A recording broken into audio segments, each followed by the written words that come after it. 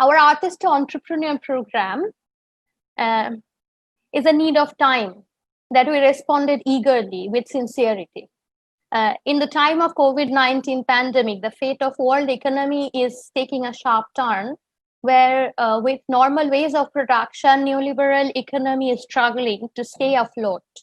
In the field of art that has been run by the public participation, patronage, grants, might see scarcity of resources. KCC as an organization devoted to the wholesome growth of art, artists and social communities identifies this time to be the high time for artists and art organizations to start conversation on the ways to economic planning that will help the world of art to survive and sustain during post-pandemic time. With this aim, KCC is inviting artist entrepreneurs all across the world to share their dynamic experience, practices, and methodologies to find ways to sustain in this webinar talk series called Artist to Entrepreneur. So this is a little bit about the program and the organization. And we have today Ms. Sally Richardson, performing artist, director, and art leader, to discuss her journey and her methods with today's moderator, Ms. Reena Dewan, director of Kolkata Centre for Creativity. Sally Richardson is an Australian-based director, writer, dramaturg, consultant, and producer working across the performing arts. She is passionately committed to the creation of new work and developing collaborations with other artists in regions with a focus on contemporary theatre, dance, and performance. Sally has been commissioned, created, and directed for companies and organizations including Sydney Theatre Company, Black Swan Theatre Company, Perth Theatre Company, Malthouse Theatre Company, Spare Parts Puppet Theatre, Deck Chair Theatre, Flying Fruit Fly Circus, the National Institute of Circus Arts, and many other institutes. The founder director of Steamworks Arts Company in Perth, Australia. Sally's commissions and productions range from intimate boutique works to new circus, to puppetry and film projects, to facilitate large-scale community events and programs. Sally has created and presented works in China, Hong Kong, Taiwan, Iceland, USA, and across Australia. I mean, this is just a little part of what she does. And today's moderator, Ms. Reena Dewan, is the director of Kolkata Centre for Creativity and the president of ICOM India and a board member of ICOM Intercom. She has received 3 prestigious fellowships: Australia Council's International Leadership Programs, Art Think South Asia, and the International Society for Performing Arts, USA. She is the recipient of Emerging Scholar Award from Ground Research Networks and has presented papers on travel grants in museum conferences in Egypt, Iran, Fuzhou, Kyoto, and more. She has undergone trainings at Tate Modern, Whitworth Art Gallery, Manchester Art Gallery, Manchester Museum, and Beijing Palace Museum. And that's me talking for a very long time. So over to Reena, ma'am. Hi, thank you so much, Titas, for the introductions and setting the tone of the evening. Hi, Sally. Hi, Reena. It's such a pleasure to be here. I'm just acknowledging to people that I am speaking to you from Perth in Western Australia, which is the Whadjuk country of the Noongar Nation, of our First Nation peoples. So I acknowledge my elders here, past, present, and emerging. Wow. Welcome to the evening, Sally. We'll start straight away because the time is less and we would like to take questions from the audience. So, Sally, we know your journey, as Titas has narrated a bit. I'm sure there's much more to that. I would like you to start with about your trajectory from an artist to entrepreneur. So how did you move from becoming an artist to an entrepreneur? And, what is it that inspired you to go on to that journey? That's, it's always such a big question. I think for me, there's always been an incredible love of the arts since I was a very small growing girl. I studied drama. I did a degree in English and theatre, and then just began working really on as a performer and as a co-creator and a director on the usually what we call on the fringe, and then began to obviously have some success. Generating projects, creating new works for companies, and then proceeded to enjoy things more behind the scenes than in front. I think that's always the transition from performance through to, certainly for me as a writer, director, and then a producer. And I think that's I've worked with, as you can hear, lots of different kind of companies and organizations. But I think the step towards what we would call entrepreneurship, or we would call producing or creative producing, came very much in the desire to run my own company. I think there's a range of reasons why I chose that. As a woman in the arts, I felt at the time there were less opportunities, perhaps for me to do the kinds of projects that I wanted to do, perhaps to take a more leadership role. I think things have really opened up a lot, but initially, you're talking now 25 years ago, I established Steamworks 20 years ago with this in mind, in that I also was a young parent, a young mother, and I wanted to be able to manage my family life and my creative life, and try and find some balance. I think I'm still trying to find some balance. But I think the thing was about wanting to really work with the artists that I would like to work with, to develop the works that I would really enjoy making, but also to run, I suppose, or to create in a way that reflected my values as an artist, but also the kinds of stories that I wanted to tell and wanted to share with audiences. So it comes from a number of different perspectives, really, in terms of why you choose to become a creative producer. I'm sure in the audience, many people will resonate with your thoughts, because many of the artists choose to actually move on to the journey of entrepreneur because of the similar reasons.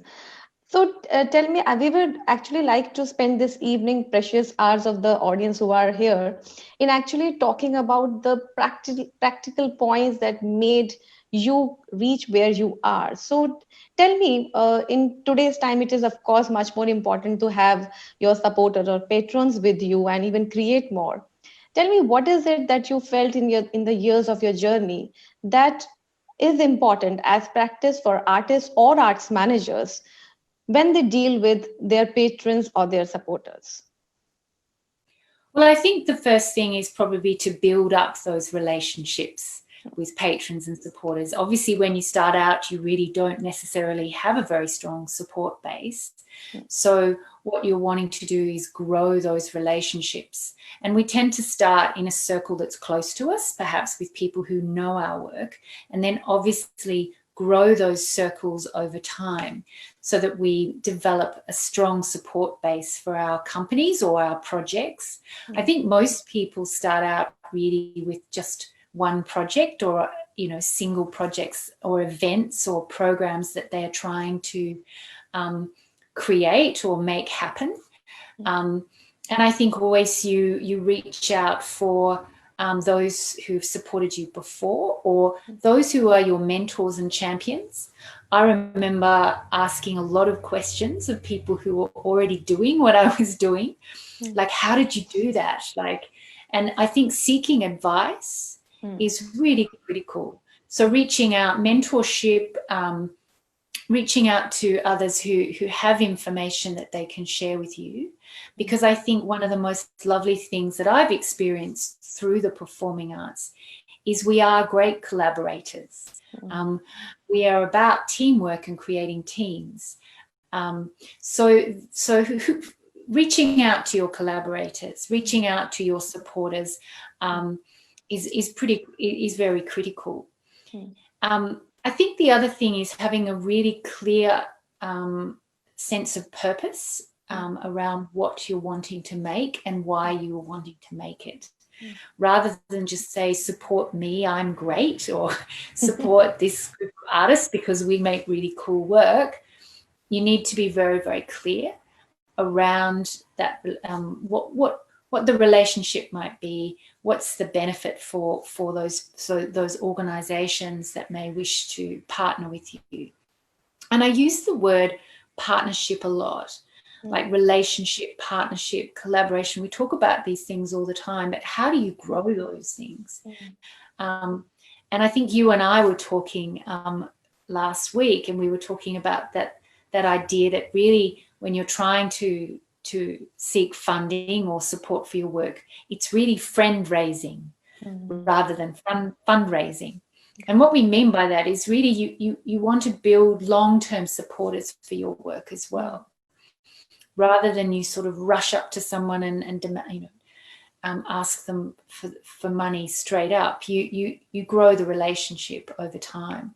And so that idea of asking advice, reaching out for support, being very clear about what you're wanting and why you're wanting it. So what is your company?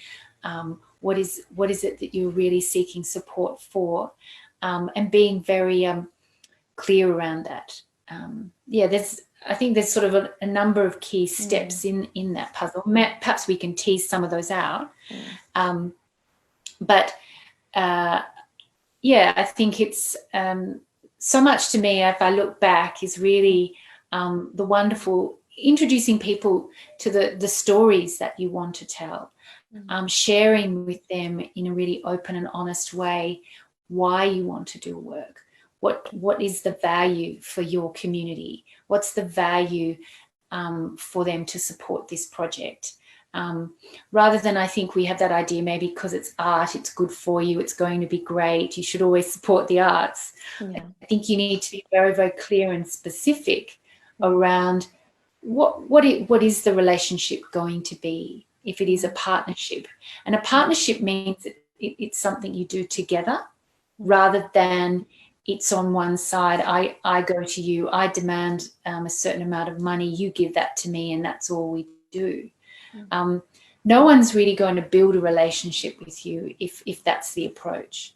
Yeah, that's true. In fact, I remember in our conversation, it came up that, artists are not, or arts managers are not entitled, right? Because they are creating art. So that doesn't mean that they're entitled to get support from the patrons, because yes, we all are here to do good work, definitely. But why the patron should support, that should come very clear in the conversation, in the relationship. And, going forward from the same thing, there are many practices that, again, you and me were talking, that should not be there while dealing with your patrons. Like, I know a very practical, very small thing. We talked about the exchanging of visiting cards. So maybe if you can throw a bit of light on what are the practices which should be avoided. I think it's about how you deal with, we all like to be dealt with as people. I don't like to be seen as a walking bank or wallet. I like to be appreciated as a person. So that idea when you're talking to your patrons is asking people about their organisation, asking what their organisation does, what are their values, seeing where your values might align. You're right, certainly not going with an attitude that is entitled or arrogant, or we talked about harassment. Everybody's experienced that moment where there's lots of cards thrust at someone, and everybody, you meet someone for the first time, and the next thing you know, they're pitching a project at you, and you barely know their name. So I think if you look about how we actually make friends, we take time with each other. We learn about each other. We ask, we are interested in each other. It's not a one-way relationship. And there's that sense of listening. I think the other thing is taking time. You need to trust that if you're really sincere about building relationships. It's a long-term goal. It may not be this project that they will fund, but it might be another one in a year's time or 18 months' time. I think the idea that you can rush at someone, it can be very off-putting. And someone might turn around and say, look, here's $2,000, get off my back. But they won't be a long-term supporter.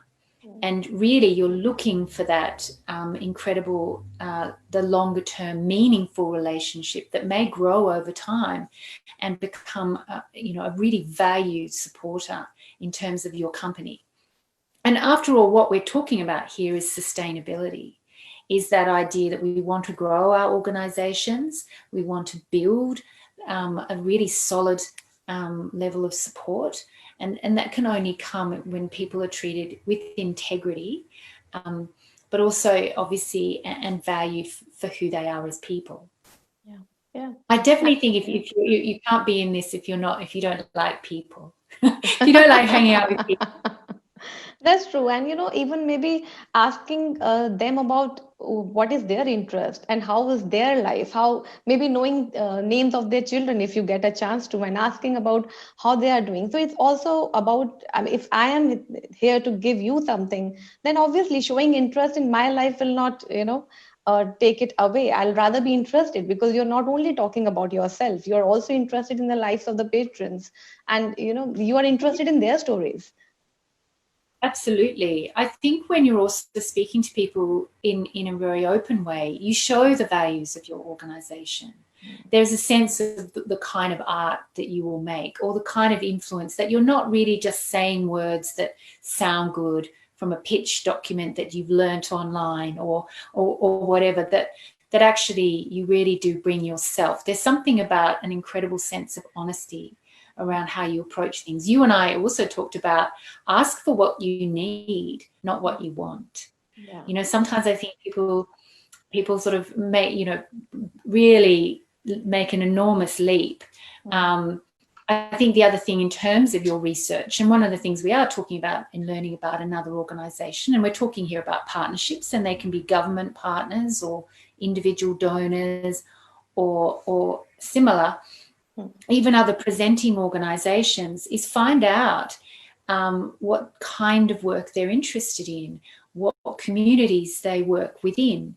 If you're on one part of town and they're right on the other, they may not be interested in supporting you. Maybe find out who are the organisations or the people that are working in your area where your project might be taking place.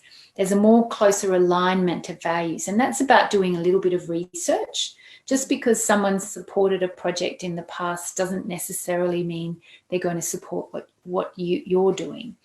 So doing that bit of research, finding out what that organisation or that festival or that venue actually likes to program, and going, okay, that's a real alignment of values with my project. On the other hand, you might actually discover with your research that in actual fact they're not the right fit for you. And remember, it's a two-way street. Sometimes we sort of feel like we're the ones sort of asking, if you like, or not sort of, like they have the money and we don't. But if you treat it very much as something that you're inviting them to participate in together, I think that's really important. To have that sort of sense of that you've taken the time and effort to really, really see where and how you might fit in terms of relationship. Absolutely. Lovely. Thank you so much for really sharing, the nuances of the relationship that one should be developing. Tell me, Sally, that how, I know it's, if we talk of the context, India and Australia are pretty different in many ways and similar in some ways. But how do you see the COVID-19 taking us from here to further? Because I know even in Australia, though things are opening up, but still theaters are still closed, and public gatherings are still not happening. I mean, they are happening, but in small numbers, like 20, 50, and moving on. How do you see this is going to affect? I think it's been, like in lots of ways, there's a lot of similarity that's going across, particularly people who are involved in live performance. There are similar issues right across the globe at the moment. And obviously governments and organisations are dealing with that in an array of ways. But I think that the uncertainty that everybody is certainly experiencing is quite challenging. The other thing that I think is a universal is that we're not quite sure what audiences will want to see when they can all come out again. You know, like, will they want the same kinds of programming? Will they want, you know, I've been part of discussions where people say, oh no, they'll want more, you know, they won't want sad stories, they'll want happy stories, they'll want to, you know, enjoy activities with their children. It's that unpredictable quality. But we did talk about strategies that we might be considering together in terms of how we might work. And I think the other thing is recognizing that it's happening to all of us. So actually forming communities within your community in terms of how you can support each other. I know that we've been talking a lot here about sharing our resources. Perhaps now working from home, some people realizing, they may not need an office space for their organisation. In fact, they can be more nimble and flexible in sharing that approach. So maybe there's another possibility of, can you share storage? A lot of discussion about how we can assist each other in kind. I don't know if you call it the same there, but in kind is where there's no cash exchange, but actually we're sharing skills. And I think that could be really valuable as we go forward. Can I trade my marketing skills for your great, you know, your storage, or can we share some printing costs, or can we? I think a lot of that solutions orientated thinking around how we can maximize the resources that we do have more effectively and more efficiently, and perhaps how we can work better together rather than feeling that we're in competition for the same things. I think that there's a potential that we could share spaces, maybe rehearsal spaces can be shared, and venue presenters can actually co-present programs, and more partnership might be achievable and possible, rather than such a hierarchical, you know, those at the top who get and those at the bottom who don't. Maybe we will become a more fair, less hierarchical, and more of a communal approach to our creation and our creativity, our processes. I mean, one of the things that's fantastic, and I'm sure all of your audience have this, they're artists, they're creative people. Creative people come up with solutions. So we are going to be able to come up with some really great ideas about how we go forwards. But I think it's having those conversations. It's really opening up a dialogue with your partners. There's great discussions going on here with our funding agencies like the Australia Council, like the state funding agencies. Everybody is talking to each other about what might be possible. How can we strategize? How can we lobby to government to see us through this difficult time? How can we support those who are more vulnerable in our system? And how can we sustain infrastructures to get through difficult times? And so it feels like it's a lot of talking. But I also think artists are fantastic. We come up with ideas all the time. And so I feel very hopeful that as we go forward, we may effectively actually operate better as a community. I'm sure, yes. And I love this, less hierarchical, definitely, because somewhere now we are all coming on the similar platform. The so-called developed nation are struggling as much as the developing nation. So a lot of problems are now becoming common, and hence the solution also is going to be something which is going to benefit most of the countries, which is probably the outcome of this COVID crisis. And we are seeing here that, you know, the way we are today talking about this series, Artist to Entrepreneur, we did not think about it before. We could have done this many years ago, but we did not think about it. We thought about it now. The way the digital, of course, the digital media is going to be used a little lesser than what we are using now once we open up. But at the same time, this kind of cross-cultural exchange, which is seemingly becoming so normal, and we are getting used to the idea of seeing each other over a screen and still be able to understand each other well, wasn't there before. So yes, there are a lot of good things also coming out of this crisis, and let's hope that the artists definitely and arts leaders will come out with a lot of solutions. Of course, the government is important to play the role. At the same time, reaching out to the government is also equally important, because in one of the conversation with museum fraternity, that is what came out, that nobody has actually written a petition from the museum, from the young museum side. So maybe it's reaching out is also equally important, as you were saying. I'm involved in a very large Facebook group that formed at the time of COVID called Australian Arts Amidst COVID-19, which has over 18,000 members now. And there's been a lot of lobbying, and there are many other lobby groups, the NAVA,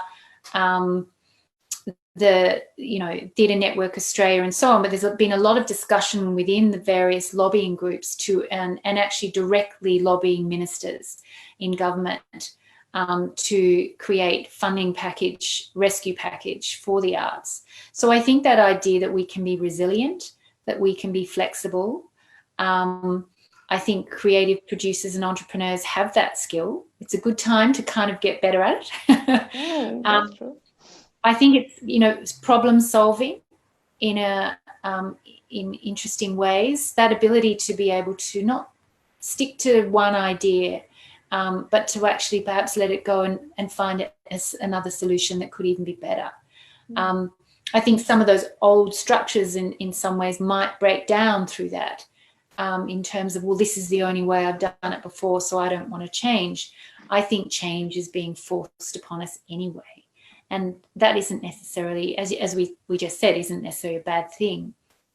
I think it allows for new things to emerge. And going back to the beginning of our discussion, why did I set up my own company, was the same reason. I wanted the opportunity to be able to innovate, to be able to be flexible, to be able to create new projects in ways that maybe I hadn't explored before. So in a way, creating new structures and new possibilities. Lovely. I'll just ask Titas if there are questions, because I can always continue to ask, but we'll start taking the questions now. So somebody is asking, do you feel that during the post-COVID era, the webinar or the video conferencing platforms could be the most powerful opportunities to reach the mass for most of the performing arts like theater and dances live?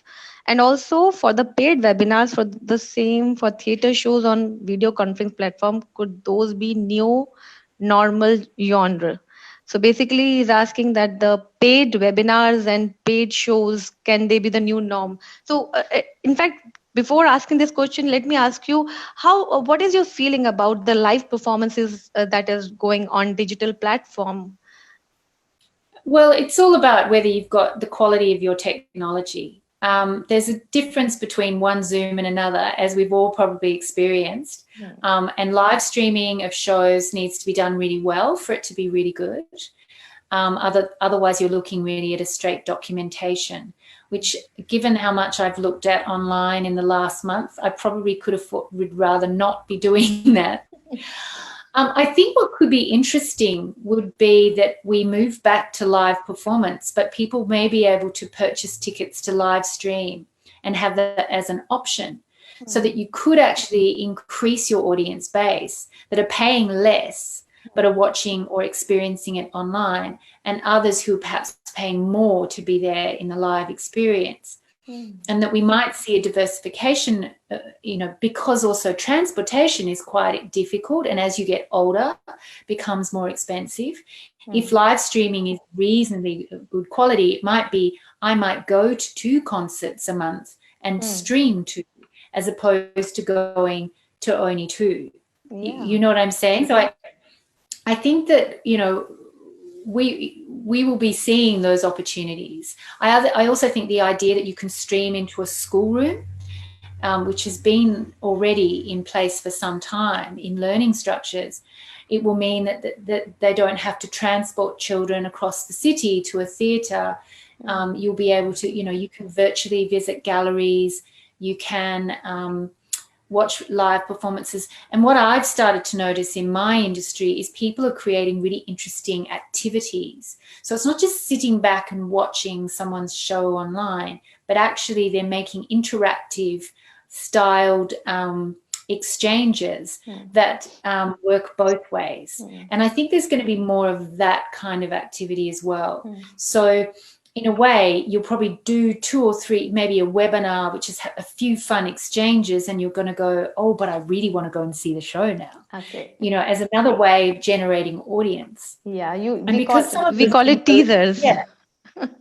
Yes, but I think we're going to get better at doing them. Yeah. That's the other thing, because I think the technology is also really out there now to support it. And I also think our audience has become, because they wanted to see their families, because they wanted to stay in contact, a lot of people have become adept at technology who were perhaps more reticent previously to use it. So I think this could be really positive. Yeah. So I really like this, what you said, that maybe a range of pricing for the online streaming and for the physical presence in the show is going to be a lovely thing, because yes, that's also true that we also need to be careful about the carbon footprints that we are generating. And what COVID has told us is that the crisis is right there. We are inside that crisis now. So yeah, it's a good thing that you can. Yeah. I think it's exciting, because I also think, imagine that, I can look around your gallery, or I can watch a performance that, like I wouldn't have had access to that before. Right. Like I might be able to also see something in situ, which is very different than when a work tours, because you get the atmosphere, you get the experience, I mean, of course it's much better to be there, but I might be able to watch, a work in Venice, or I might be able to watch a work, like I think the idea that there could be multiple possibilities, as opposed to there's only, say, live performance, or you listen to a documentation, or you watch it, So I feel like that could be quite exciting. Lovely. So we have another question. Dear ma'am, how do you keep yourself self-motivated while venturing into entrepreneurship, as initially we are starting alone and not as a team? If you could answer that. I think that's a lovely question, because I think it's ongoing. I think all of us really struggle with motivation, staying motivated. Your mental health is a really, and you have many rejections, as well as you have positive experiences, and maintaining that for yourself. I think it's really important that you have good people around you, even if they're your friends. They're not necessarily your colleagues all the time. It can chew you up. We all know how many hours we give over and above our jobs. And there's no doubt in my mind that is a huge part of producing. You will be volunteering a lot of your own time and energy, and your passion and your perseverance and your persistence to keep going. So it's really important that you do actually stop from time to time. Sometimes you just say, no, I need to stand back. I need a break. Remember, you're in it for the long haul as well. So there's no point burning out your flame, burning out too fast. It's really important to stand back. It's like where Reena and I met in Australia. Like Reena was doing the Arts Leaders program. So it's like where you come into a community and you get fueled and you get supported, and this helps sustain you as well. So I think it's being quite strategic with yourself. It's almost being aware of, okay, I need to step back, or I need to reach out, or maybe I say no to this project because I'm overcommitted. And I think we've all been in a situation where we've done those things. I really think it's important, though, we certainly experienced it through the Arts Leaders program, is reaching out to other people and letting them know that you're tired, or that you need a hand, or asking for help is actually a huge part of being involved in the arts. Saying I don't know finding someone else who's got a really good pitch document that you can learn from, sharing of skills and information, but also support in kind of going, I can't see the wood for the trees. Can you look at this for me? I think we really need to learn to ask each other more for assistance. Yeah, I think that's one of the learning that I have from the art leadership program in Australia is it's okay to be vulnerable. It's okay to ask for support. So I think that's one thing we always try to pretend that we are okay. But if we are not, we can always reach out and it's fine. We are human being at the end of it. Lovely. Thank you so much. We have another question. What is the scenario of museums in Australia in promoting artists? Museums as in, you mean just any kind of venue or specifically museums? Museums, because I think the question is from the person who is based out of USA. I know him and he is been attached with museums all his life. So he's asking particularly about museums. That's not my particular area. What I am aware of is that obviously museums have opened earlier and galleries, but mostly they are running from a curatorial program, which is developed by in-house curatorial policies. And so the artists that they will support tend to align with their values and what their organisation is wanting to champion. That said, there are also organisations that curate mixed programming of all kinds, which people can apply to. As a creative producer, I quite often apply to various producing houses or venues that may be doing mixed programming.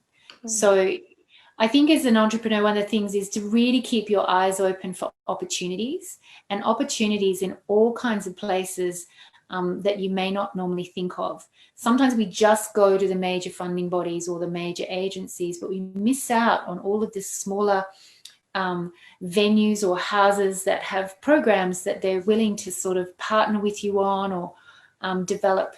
It may be smaller scale, but you have to, if you recognize that there are just much more diverse opportunities out there, then people sort of rush at the sort of very obvious choices. And I think at the moment, it's going to be really important to be able to diversify, where you are seeking funding from, because some of those larger corporate clients are just not going to have the resources for a while. So you need to be thinking much more alternatively. And I actually think those things like venues and presenting agencies, museums and so on are actually interested to get their spaces activated again post-COVID. So perhaps you could even go and approach them with an opportunity or an idea, and they may well partner with you and be able to help find the resources for that. And see, that's that collaborative thing that I'm talking about. You don't have to do it by yourself, but you do need to sort of perhaps reach out to people that you perhaps haven't reached out to, at least till this point. Lovely. Thanks so much, Sally. I'll take the next question. Dear ma'am, I see a worrisome trend of lots of online competitions for artists, writers, filmmakers, pushing for free content creation in return for digital exposure. I feel that creators are vulnerable to getting exploited, and the value of an artist in the market dips as more and more content gets made for free. How much should we trade internet shoutouts for real economic benefits while making? Would like to know your thoughts on this. This wonderful question, actually. It's a really interesting one. I mean, I suppose I just look at changes in history. Once people said movies came along, no one would go to the live theatre. Once people said, Spotify came along, well, people didn't buy CDs. But, change brings about other changes that then create new opportunities. I think there will be the potential for paid online content.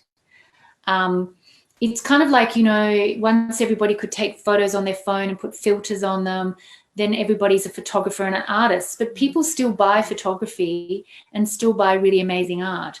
So do you understand what I mean? Making it accessible doesn't necessarily decrease your market share. because it actually makes a wider audience for the very best as well. So you're educating a far broader bandwidth of people who are going to engage and potentially buy content. And if you look at even something like Netflix, is sort of a version of that, where people are all paying ultimately, but because the base is so wide, it becomes quite inexpensive, but the quality is able to be maintained. If people want to watch rubbish, they always will. But people always pay for what is beautiful and what is, amazing work. And I don't think that will change. Yeah.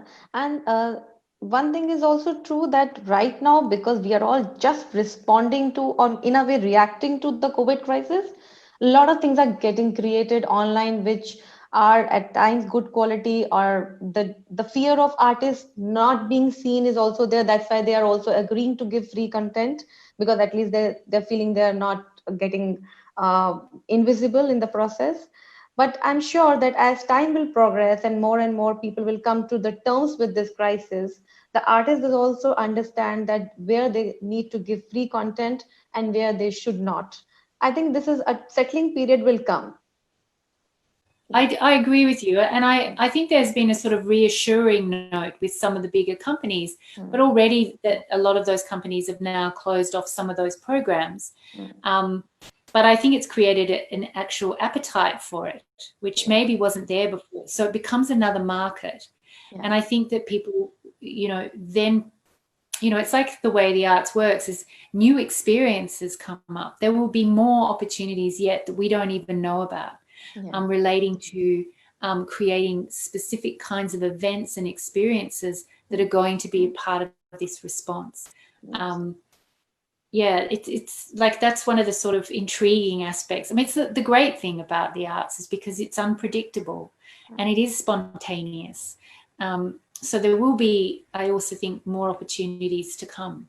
Yeah, lovely. I would have I think Anukta Mukherjee also added a question, ma'am, which kind of in process of this discussion about the online platforms and stuff, I think.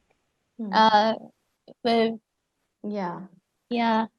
I'll just read it out. How can an artist utilize web streaming or Zoom to hold an exhibition of his or her works? Could this be a trend? I guess it could. I mean, I think the technology of Zoom is not so great for perhaps exhibitions, but look, I just think people have made entire films on their iPhone. Lots of things are possible. I'm sure someone who's really, creative and dynamic will come up with a really groovy way to experience their artwork. I also via live or visiting galleries or whatever, but you've always been able to view artworks through the agent via your computer before and buy the artwork. And interestingly, people want to buy the artwork. They don't want to just see it. So I think it sort of works in two ways, really. I also think it could broaden an audience much, much more. Perhaps potentially helping people build their brand. It may become it's like social media became an important part of marketing where it wasn't for a long time, or it was only a side role. Now it's the main role. Like if you don't have a good website, you're really in trouble.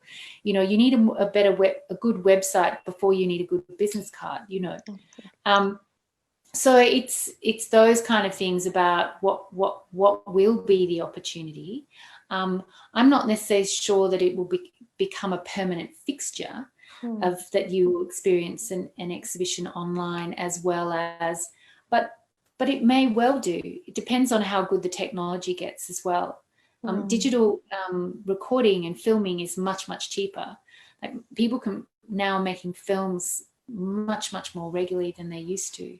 So that access to technology, what there always is then is a generation that comes up with something really amazing in how to deal with it and what to do with it. So, I think it's a kind of watch this space. Lovely. The next question is actually something that even I wanted to ask you is that what do you see the effect on the art festival? Like in Australia, the art festivals are huge and there's so many. So, how do you see art festivals changing to adapt the crisis? What we've started to see straight away is, you probably already know that the Sydney Festival has announced that it will be all Australian for the first time in its content. I know that the festival, this is the international festival here in Perth, is also considering most of its programming to be localised. I do think there'll be interesting things like streaming, and so that will be, you know, that idea that perhaps two organisations will host something together live and be in different parts of the world. I think festivals are very interested in those kind of new technology breakthroughs. But I do think there is a much stronger sense of supporting local. I think people really do recognise, and many people from your community, I know mine do, how hard things have got. And they want to support their local artists. It's a time to be ready as well, to be a part of that conversation. Because I think there will be a really strong sense of really wanting to support our local communities. And then we'll reach out again, you know, obviously again, and I think in new ways. And that's going to be the interesting thing. Yeah. Because we all need to travel a little less anyway for the environmental footprint. So I think we'll be coming up with some great solutions. Lovely. Thank you so much. I think basically it's going to be more localized. I think you'll see a lot less international work at festivals for at least several years. Yeah, but that will be sad for many of the artists because they used to look forward to traveling to these international festival and taking their work to international levels. So yeah, that's be. Let's see how things move from here, because I'm sure with time some solutions, as you're saying, that some new alternative ways will come our way. So I think it's still a work in progress. I'll move on to it's funny. Yeah. We're currently working on a project with 4 dancers that are based in Australia with 4 of their previous international partners overseas. It's a program we're calling Feminism Has No Borders. And each of them are co-creating a work together in their own homes, in their own houses. And then a filmmaker and editor is coming together and turning it into a duo via new technology. So it becomes a third piece of art, if you like, the combined art, which we will then showcase here. So I think there's just lots of new ideas coming. Yes. Okay, we are now in the last 10 minutes of our conversation. There is another question. Dear ma'am, I have had a few conversations with fellow artists over the past few weeks, and most are of the opinion that should the economy fall into a recession due to COVID-19, art being what they consider as a luxury good will become a lesser priority and the market for art will collapse. What are your thoughts on this? That's like having to look into a crystal ball and imagine. I think you can look. History is a great way to look at these kind of things. If you look at what happened after the First World War, was the Roaring Twenties, and the art world just literally took off and totally transformed modern life. If you look at the post-war Second World War period, it's very similar. Sometimes when we go through a really hugely challenging economic downturn, the arts is what actually leads recovery. And often inventive, a lot of invention in both science and technology and in other areas of life happen after these particular incredibly traumatic events in our history. So if we follow that pathway of history, then in some ways we need to sense it may not look the same. And I think that's the important part. You mightn't earn the income the way you did before, but that doesn't mean to say that the arts itself will not be there. The arts is always a response to the moment, and there will be so much that we will want to communicate, connect, and reach out and share with each other. I think we're just going to be doing it in really interesting and different ways. And if you look at history, that's what we've done. So in essence, I know I sound incredibly optimistic, but I don't know if you'll get the same salary that you were on, but I think there will be some adjustments, but I do think there will be we will continue to make art because we always have. It's a huge part of who we are as people, and it's how we express our feelings and emotions about what is happening to us in our lives and in our world. And although it may not seem in a capitalist economy to be of the highest value, it actually brings millions and billions into the economy. So I think some of those that awareness perhaps will grow with more ordinary people. I know everybody knows this, but in COVID, everybody turned to the arts to be comforted, be it music or Netflix or books they read or so on. I think if those habits remain and grow, people will continue to reach for the arts as a way of explaining their lives. That's true. And even artists will have to look for more ways to express their art. Like, for example, what I understand from this question is also that the value of paintings and sculptures is considered very high, and hence right now people will not invest into art in that sense. But I would say that there are other ways of reaching out to your audience for the artists also. There are many means. So that's what the innovation is constantly needing. Reimagining your work is also constantly needing. It's not about only selling a piece of art the way you used to do it.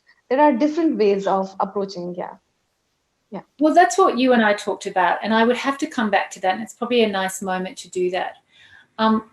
Entrepreneurship is about flexibility. It's not going that this is the system, this is the way it is, this is how it happens, and I just join that system. It's actually about inventing new ways of doing things and new ways of approaching how we produce and present work. And we already have experienced so much of that, even in the last couple of decades. So I think it's holding on to the fixed point of view that this is the only way that you will be an artist, or this is the only way I will be a director, or I will only do Shakespeare. It will be, that will be the way that maybe it doesn't last, won't stand. I think we all need to be more responsive, and actually creativity is responsive to the moment. Lovely. So I'll take my last question now. Ma'am, there is a question which has been waiting in the I'm taking that. Yeah. Okay. What will be your suggestion? No, before that, there is another one from Urvi. Yeah. The advice that you read out? Yes. An advice. Okay. An advice you would like to give to your young self. Oh, wow. Okay. Yes. I think there's one, I don't know if you understand this, but hold your nerve. Like, believe in yourself in a way. I mean, I know that's very obvious, but I think we feel so uncertain when we begin, and perhaps insecure, fragile, and all those kind of things is just to believe in what it is you're doing. And another way, they say back yourself, or but I think that sort of sense of being courageous in terms of your choices, and hold on to your beliefs. I think sometimes people just think, oh, this might be popular now. This looks like it will be the next fashion. This is going to be successful, and they don't listen. They're not listening to themselves, or they're just following. And if you are going to be and make good art, it is about a deep listening to your own sense of self and purpose, and holding that line, and kind of trusting in that. So I think I would have liked a bit more of that when I was younger. Hold your place. Pardon? Hold your place. From the fellowship, remember Judith said, hold your place. Yes. Okay, lovely. So right. I think the other thing is never feel afraid that you always keep learning. Yeah. I've been watching my webinars. I've been, doing, I think the other thing about being is there's lots of online learning to be done that is quite free. Maybe you might have thought you were going to do a postgraduate, or you were going to pay to do a PhD in America, or whatever it is that you can't do. Perhaps now is to continue your learning in other ways, and find those other opportunities and voices to learn from in the gaps. Like, sometimes people sort of have that sort of one version about how they think something can happen, and but actually there's lots of different sort of, what does they call it, sort of, rather than there's a ladder, it's a jungle gym. You're going right, left, up, down, round. That ability to sort of really seek out what you need to learn and know. So a few of the questions that are coming, we have already answered in a way. I'll take really last question. What will be your suggestion to people who want to start digital channels like YouTube and content production for art? I'd find someone who's really good at it. I wouldn't want to do that myself.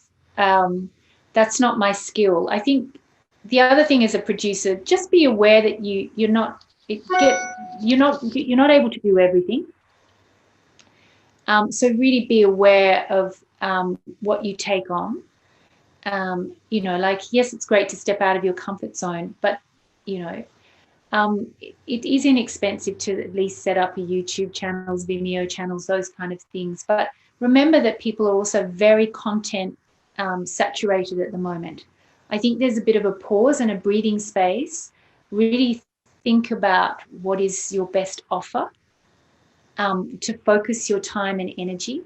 It might just be to learn for a while, to recoup, to build some conversations with people for the future, rather than rushing out some digital product that you don't know is very good, you're not really used to doing, and you don't have an audience for. You may spend a lot of time and energy there that won't give you the result that you're looking for.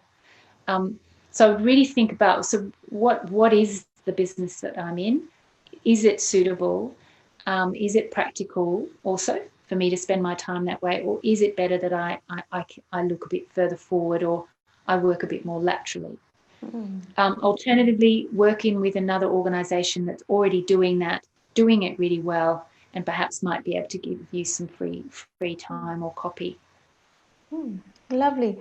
Thank you so much, Sally. It's been a real wonderful evening and so much learning for myself also, and I'm sure our audience must have gained from it. If you have any questions for Sally, please write to us. My colleagues will give the email ID in the chat. We will try to, I know she's very busy, but we'll try to get some answers to you, because it is nice to keep the conversations going. And, from your questions, we might actually chance upon something new. So most welcome to ask questions. Thank you, Sally. I would love this journey to continue, and I hope that the project we are talking materializes and you do come to India once this madness is over. Thanks to everybody for joining us today evening. Bye-bye. Have a nice week ahead.